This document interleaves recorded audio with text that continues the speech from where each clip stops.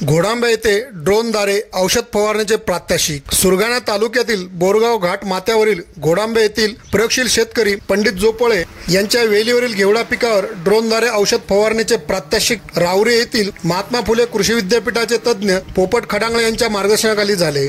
यावेळी घेवडा व्यवस्थापन, फुलगळ, फळ व्यवस्थापन याबाबत सखोल मार्गदर्शन करण्यात आले।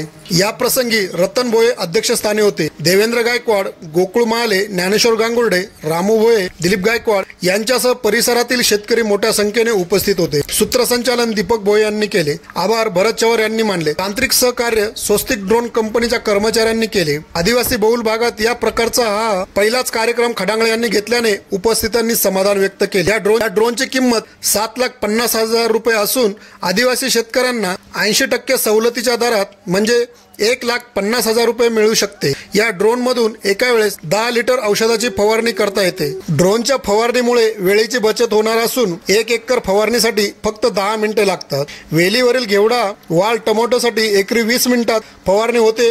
हे विशेष म्हणजे अतिदुर्गम भागातील कृषी अधिकारी व कृषी सहायकांना कार्यक्रमासाठी आमंत्रण देण्यात आले होते, तरी तालुक्यातील कृषी विभागाच्या कर्मचाऱ्यांनी याकडे पाठ फिरवली। ड्रोन उडवण्यासाठी शासकीय परवाना व हैदराबाद येथील भारतीय हवाई निगम मंडळाची परवानगी बंधनकारक आहे। ड्रोन उडवण्यासाठी सुरत येथील कौशल्य विद्यापीठात 10 दिवसाचे प्रशिक्षण दिले जाते। यासाठी 30,000 रुपये माफक फी आहे। RV 22 न्यूज साठी लक्ष्मण बागुल, सुरगाणा।